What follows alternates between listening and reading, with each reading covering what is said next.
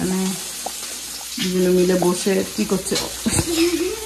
আমরা লাঞ্চের বেশ সুন্দর করে তৈরি করছি। পটল পাওয়া গেছে এখানে, কিন্তু পটল পাওয়া যায় না। আর আমি কেটে দেব আলু। যাদের বাড়িতে এসেছি তারা পটল আমাদের দেশে, বাংলাদেশে, বাংলায়, পশ্চিমবাংলায় তারা পটল নিজেদের খেতে তৈরি করে এবং সেই তাজা পটল আমরা খাই। সেখানে আমাদের বাড়িতে মাঝে মধ্যেই ওনারা মানে কপিল, আমার শ্বশুর বাড়ির কথা বলছি। হ্যাঁ, কপিলদের বাড়িতে কুমড়াগুড়ি, চণ্ডীতলা কুমড়াগুড়ি হুগলিতে ওরা পটল প্রস্তুত করে নিজেদের খেতে।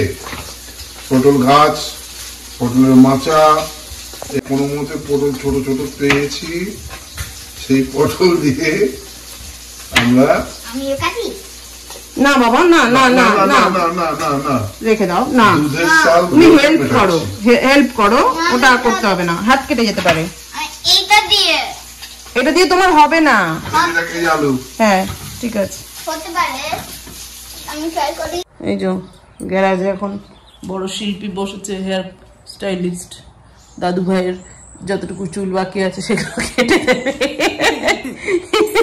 ও যাই করিস, গায়ে না কেটে যায়। চুলগুলো, নোংরা চুলগুলো নিয়ে দাদু ভাইয়ের গায়েই ফেলছে। দাদু ভাইয়ের তো এই কটা চুল আছে, সেগুলো ও কাটতে বসেছে আজকে।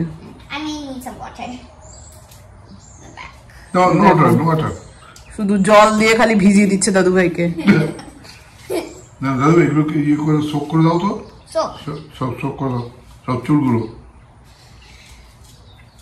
কি দিয়ে শোক করে? না ওটা দিয়ে না, ইয়ে করবে আর কি। না ওটা দিয়ে, হ্যাঁ করো করো করো, ওটা দিয়ে করো, ওটা দিয়ে করো, সরিয়ে দাও সব চুলগুলো।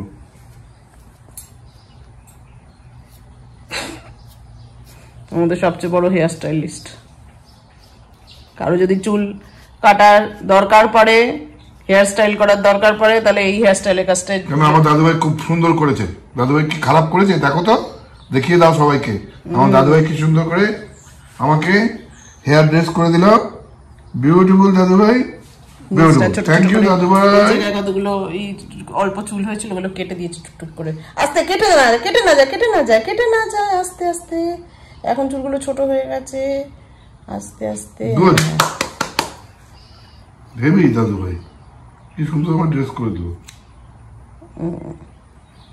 গুড। যদি কারো অ্যাপয়েন্টমেন্টের দরকার হয়, কোথায় যোগাযোগ করবে তোমাকে? দুপুরবেলা আমরা এসেছিলাম কৃষ্ণামের সুইমিং ক্লাসে। এটা ওই গরমকালের ওর প্রথম সুইমিং ক্লাস। এতদিন পর্যন্ত কিছুতেই আর সুইমিং ক্লাসের অ্যাপয়েন্টমেন্ট পাচ্ছিলাম না, কোনো স্টাফ ছিল না যারা সুইমিং শেখাবে, সব বুকড। তো এতদিনে পাওয়া গেছে, অলমোস্ট হাফ সামার তো চলেই গেছে। আর এখানে শীতকালে খুব একটা সুইমিং আমরা করাই না, ইনডোর পুল যদিও, তবুও যেহেতু বাড়ি এত ঠান্ডা থাকে তখন আর পুলের সেটা রাখি না। তো চেষ্টা করি সামার আর ফল সিজন, মানে ওই অক্টোবর নভেম্বরের মধ্যেই যত সুইম ক্লাস আছে বছরের সেটা করে নেওয়ার। তো যাই হোক, সুইমিংয়ের প্রথম ক্লাসটা মোটামুটি ঠিকই গেছে। টিচার বলল যে একটুখানি ভুলে গেছে, স্বাভাবিক ব্যাপার, আগের বছর নভেম্বরে শেষ করেছিল ক্লাস, তো এবছর একটু তো ভুলে যাবে, আস্তে আস্তে আবার পিক আপ করবে। তো আমরা বাড়ি ফিরে এবার একটুখানি বেরিয়েছি বাইরে। আজকে খুব বৃষ্টি পড়েছে, চারিদিকে একটু জলও জমেছে, তবে এখন আর বৃষ্টি পড়ছে না, সেটা একটা বাঁচোয়া যে বেশ কিছুক্ষণ ঝমঝমিয়ে বৃষ্টি পড়ে আর বৃষ্টি পড়ছে না।